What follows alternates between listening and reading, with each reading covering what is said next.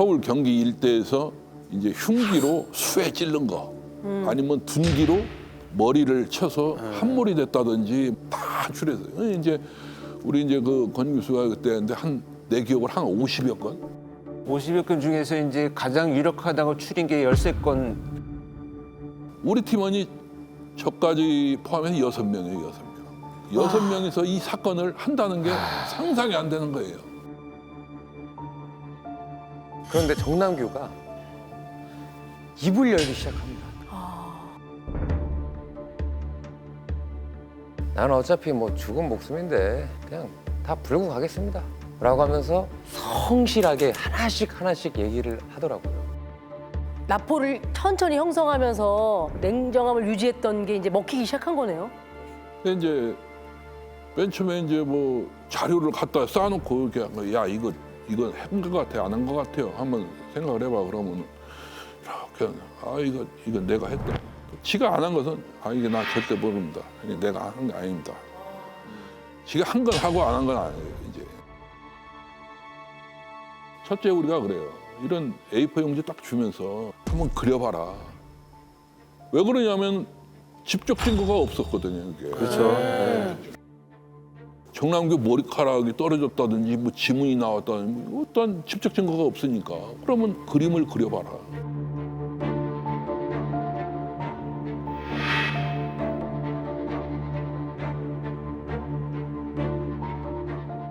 약도를 그려보라 그러면은 당시에 범행 현장에 피해자가 머리를 어디다 놓고 자고 침대가 어떻게 있었다. 그리고 심지어는 무슨 뭐가 걸려 있었다. 근데 열쇠가 걸려 있었다. 이걸 알더라고요. 이런 것도. 나중에 확인하면 딱 맞아요. 근데 이제 하나 기억나는 것이 신림동에서 가스레인지로 갔다가 불 붙여가지고 거실에 이렇게 이제 옷장이 여기 빨래대가 있었는데 그 말려 있는 무슨 빨래가 걸려 있으니까 이거 갖다가 불 붙인 거예요. 그래서 누나 방에 들어가가지고 그냥 다음에 불 지르고 나오면서 어떻게 했냐. 문짝에 이렇게 고리가 있잖아요. 이렇게 고리가 네. 동그랗게 해서 이렇게 딱 걸게끔 고리가 있는데 밖에서 문 열고 못 나오게 부엌에 있던 젓가락을 갖다가 확 반 휘어서 빗장을 걸어놓은 거예요. 그걸 걸어놨구나. 그러고서 어떻게 했냐 진짜 나쁜 그랬더니 밖에 나와서 창문으로 그 불에 타가지고 막 고통스러운 것을 그걸 다 본 거예요. 어머. 그런 거 지켜보고 그걸 있었던 거예요? 즐기는 거예요. 그런 것을 이제 죽어가는 장면 이런 것을. 그러다 좀 있으니까 막 불나니까 이제 사이렌 소리가 나더라는 거예요. 그 소리를 듣고 지가 갔다고 그러더라고요. 네. 그때 제가 현장 갔는데 거기가 약간 반지하처럼 돼 있었거든요. 네. 그 창살이 방범 창살이 돼 있잖아요. 야, 거기 가서 제가 안쪽에 들여다보이는가 봤더니 장갑 손자국이 딱 있는 거예요, 거기. 그래서 야, 이 새끼 여기 서 있었고 여기 앉아서 이걸 보고 있었구나. 어머. 그 바로 그 반지하 창틀 우리가 상상할 수 있잖아요. 거기를 잡고 안을 보고 있었단 얘기예요? 네.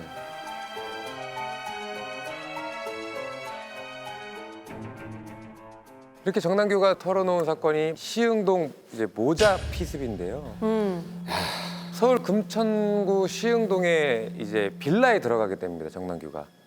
그러니까 40대 여성과 10대 아들의 머리를 둔기로 수차례 내리친 사건인데요. 다행히도 이게 피해자분들의 목숨은 건졌다고는 하지만 어린 아들이 거의 돌이킬 수 없을 정도로 그냥 크게 다친.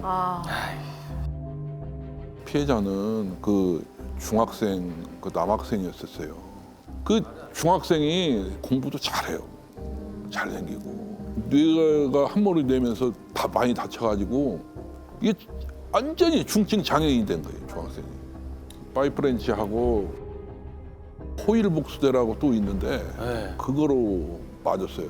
근데 호일복수대가 뭐예요? 큰 트럭들 있죠.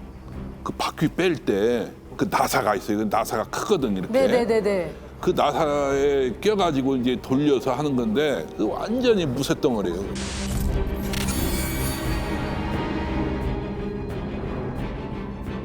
근데 저걸 들고 다니면 눈에 띌 텐데. 정남균 다닐 때 이게 되게 이 범행 도구를 안 가지고 다녀요. 왜? 의심받으니까. 그때 검문 검색당하고 뭐하고 이렇게 하면 저거 걸릴까 봐. 특히나 저기 호일 복수대 같은 경우는 이렇게 길고 무거우니까. 그렇죠. 네.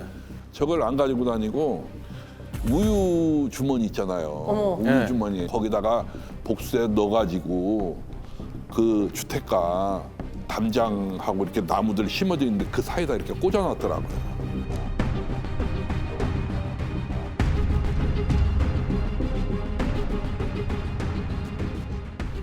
그러니까 이제 그 필요하면 그때 그 자리에서 빼가지고 범행 사용하고 거기다 또 딱 은닉해놓고 그냥 다니는 거예요.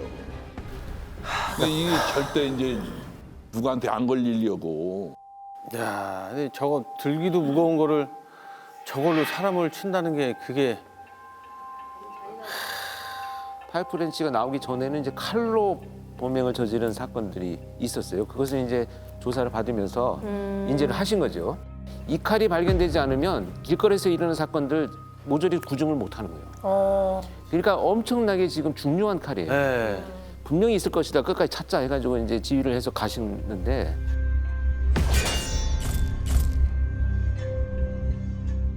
칼이 어딨냐 물어보니까 칼은 말을 안 해요. 우리 압수수색을 해가지고 집에 가서 싹 뒤지고 증거를 저기에서 찾아야 이제 이거 되니까. 증거를 찾아야하는데 실제로 보니까 화장실에 숫돌이 있더라고요. 숫돌. 그럼 뭐 칼을 갈 때 쓰는 숫돌이요? 갈았어요? 네. 그 이제 어머님 말씀도 간혹 가다 얘가 새벽에 들어오면 싹 씻고 뭐 칼도 이렇게 갈고 그랬다는 거예요.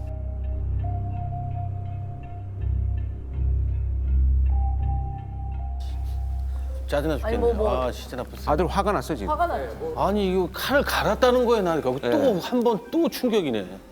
범인 살인하려고 칼을 간다고? 아, 근데 이제 아무리 뒤져도 안 나오던 칼을 찾았는데 화장실에서 숫돌을 갈았다고 하면 저는 아마 화장실을 그 환풍구 위에. 그 천정 이런 거기. 데다 아, 숨겨놓지 가능성이 있죠. 않았을까. 가능성이 있어. 거기 열리니까. 이거는 보여드리겠습니다. 이거 어떻게 다 아실 만한. 그게 뭐예요? 여기에 칼을 숨겼다고 하는데 옷장 뭐 농이에요. 서랍장 옷장 같은 농. 건데?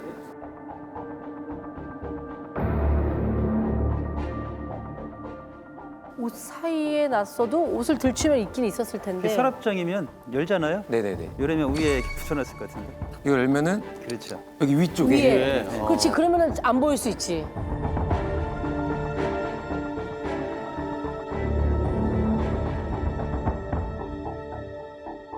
상상을 못했죠. 이렇게 하면서 싹 하다 보니까 옷장 있는데 뭐 뜯지는 않지만 뺄 수 있는 건 다 빼내가지고 이제 아내를 보니까 이 밑에다가 아까 이처럼 밑에 약간 공간 있는 데다가 칼집을 만들었더라고요. 칼집을 이어서 여기다 이제 테이프 파란 데 딱 이렇게 붙여가지고 칼집을 딱 만들어서 여기다 넣는 거예요. 아이고. 칼을.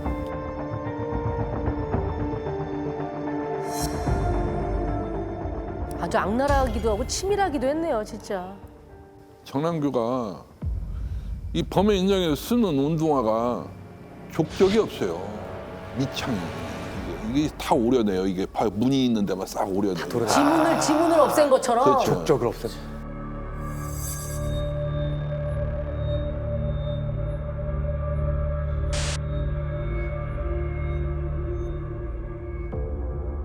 또 정남규가 체력적으로 얼마나 좋냐. 자기가 진술해서 우리가 확인을 했어요. 매일 아침마다 저까지 마라톤을 뛴다는 거예요. 예? 마라톤이요? 네, 아침마다. 체력 관리. 그래서 이제 우리 차로 끌고 가서 그러면 어디서 어디까지 이렇게 돌아왔냐. 차에 그 키로수 누르는 거 있잖아요. 0으로 딱 눌러놓고 싹 갖다 돌아 딱 오니까 10km야. 보셨다시피 살가죽이랑 뼈밖에 없을 정도로 말랐는데 딱 잔근육하고 그거밖에 없어요. 검거 안 되려고 그렇게 체력 관리를 한 거예요? 야, 살인을 하려고 몸을 만들었다고? 예. 이 정남규 이게 검거되지 않으려고 이제 일단 그 압수수색할 때 보니까 이 공부를 많이 했어요 나름대로. 그러니까 공부한다는 게 뭐 열심히 우리가 뭐 미래를 위해서 공부하는 게 아니고 뭐 과학 수사, 뭐 최면 수사, 뭐 프로파일링, 뭐 이런 책들을 막 모아가지고 다 보관하고 이렇게 갖다 놨었어요. 그다음 자기가 등장한 사건, 신문 머리밭에 겹겹이 쌓아놓고 이렇게 이제 보고 있는 거죠. 집에서. 야, 그렇게 이제 완전 범죄를 꿈꿨던 연쇄살인마의 발목을 이제 우리 이두영 형사님이 이제 완전히 꺾어버린 거죠. 그래서 이제 검찰 송치하는 날 전까지 정남규가 우리 형사님한테 자백한 범행이 총 23건입니다. 23건?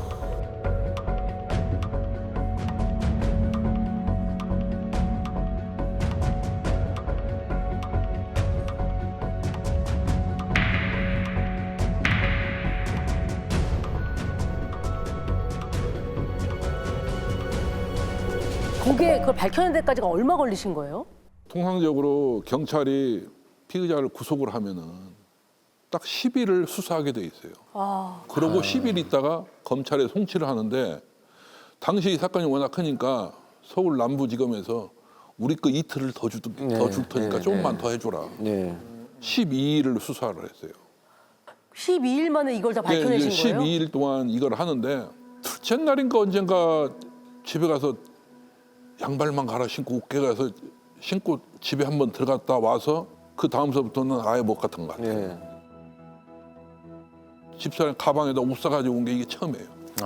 경찰서로 가져와서 뭐 사건이 워낙 많으니까 잘 수사해 보신 분들은 아시겠지만 워낙 많으니까 잠도 안 오고 배도 안 고프고 이거 어떡해야 나.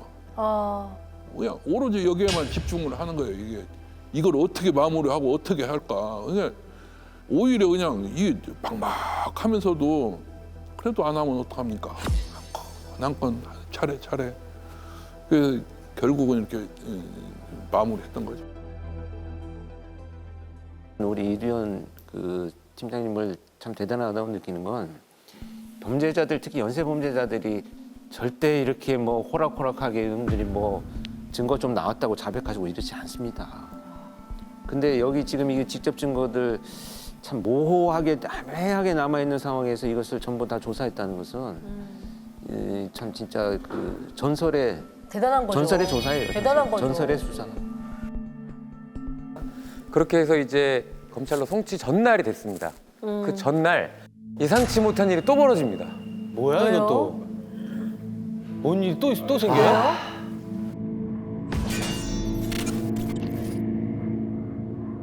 밥 먹고 나서 이제 야 껌이나 씻고 저기 하고 이제 고생했다 얘기하느라고 저기 하고 이제 마무리도 좀 하고 이렇게 해야 하니까 근데 뭐 머뭇거리는 것 같아요. 그래서 뭐 왜 그래 왜 그러냐 그랬더니 사실은 한계가 더 있다고.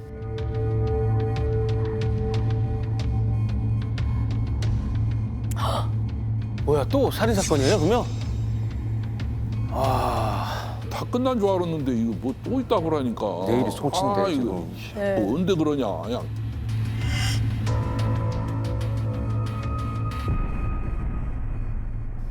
유영철이 얘기를 하더라고요. 유영철.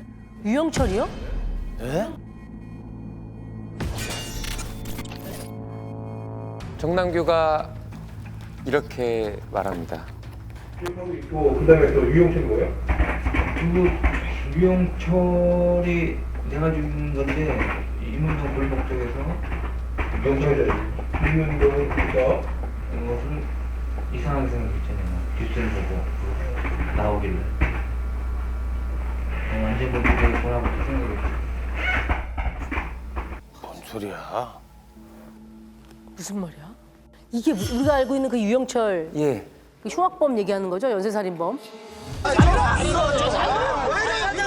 서울 동대문구 이문동 골목길에서 20대 여성을 뒤따라가서 수차례 칼로 찔러서 살해한 이문동 살인 사건을 말한 겁니다. 이때 유영철이가 이제 먼저 체포가 됐어요. 정남규는 체포되지 않고 범행을 이어가고 있었던 거고. 그러니까 유영철이 체포돼서 뭐라고 했냐면 이 이문동 사건을 내가 한 거다. 주장을 해가지고 수사팀에서 안 믿었어요. 이건 말도 안 되는 패턴도 틀리고.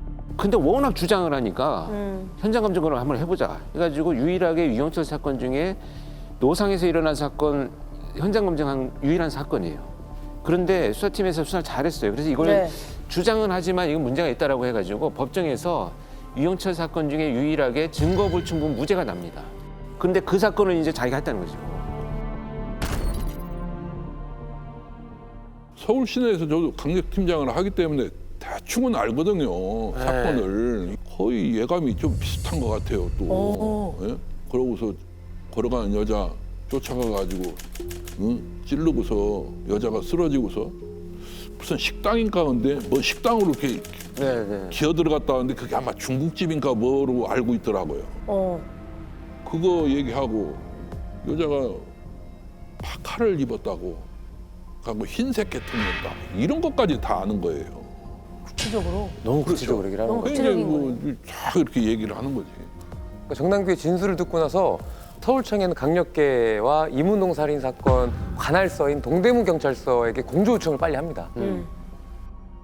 수사를 오래 했던 형사들이 있으니까 딱 와서 이게 딱 보면 이게 맞냐 그랬더니 깜짝 놀라는 거예요. 형사들. 야 이게 정남규가 했구나 이것도 네가 했구나. 정남규 곧바로 데리고 이제 현장 검증 간 거예요. 시간은 없지. 그렇죠. 다음날 송치니까.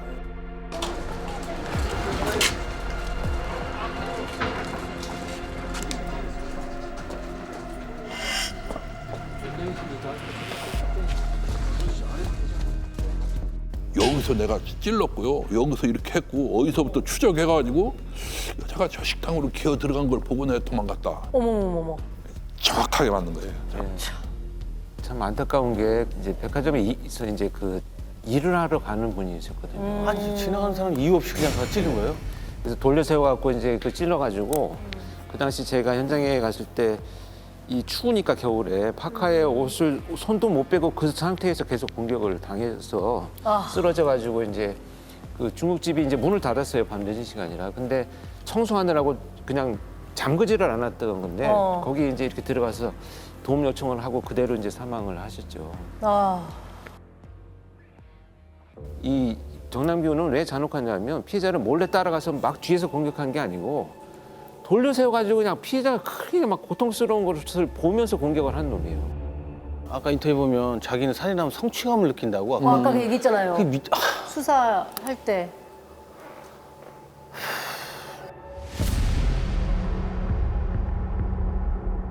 이 집에 있으면은 피 냄새가 맡고 싶다는 거예요. 어머. 피 냄새가. 왜 피 냄새가 어떠냐 물어보면 피에서 향기가 난다는 거예요. 이렇게 냄새가 맡고 싶다는 생각이 딱 들면은 그 집에 있을 수가 없대. 나도 모르게 내가 나간다는 거예요. 왜 노상에서 범행을 하게 됐죠? 예, 그걸 노상할 때는 쫓아가면서 추격하면서 네. 숨어 있다가 추격하면서 막 이런 죽이는 그런 식으로 죽이는 게 좋았어요. 영화 같은 거 이런 영화 같은 데서 막 보면 그런 막 있잖아요. 피해자가 그 여자를 범행 대상으로 선택한 이유가 있습니까? 남자는 좀 상대하기가 혹시 완전 노출할 수도 있고 아무런 강자니까 그만 그리고 여자가 약하고 혹시 또 뭐 기회가 되면 강간도 할 수 있을 것 같고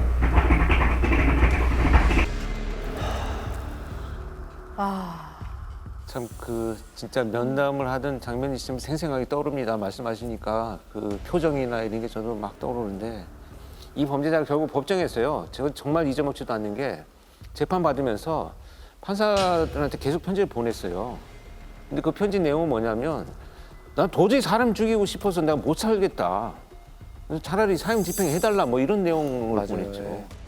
아 진짜요? 그리고 나 살인을 하기 위해서 담배를 끊었는데 사람 죽이는 걸 끊지 못하겠다. 뭐 이런 얘기를 했거든요. 그러니까 자기의 어떤 기호, 뭐 이제 담배 피우고 술 마시고 자기가 이런 일상생활 하는 것을 사람의 목숨하고 동일시하는 이런 인간이었던 거죠. 그래서 이제 이문동 살인 사건 현장 검증을 마치고 이제 마지막으로 정남규는 검찰로 송치를 합니다. 그 이후에 정남규는 이제 구치소에서 극단적인 선택으로 스스로 생을 마감합니다. 지난 2004년 서울 서남부 지역에서 부녀자와 어린이 등을 상대로 연쇄살인 행각을 벌였던 정남규 씨에 대한 사형이 확정됐습니다. 연쇄살인 혐의로 사형 선고를 받고 복역 중이던 정남규가 서울구치소에서 스스로 목숨을 끊었습니다.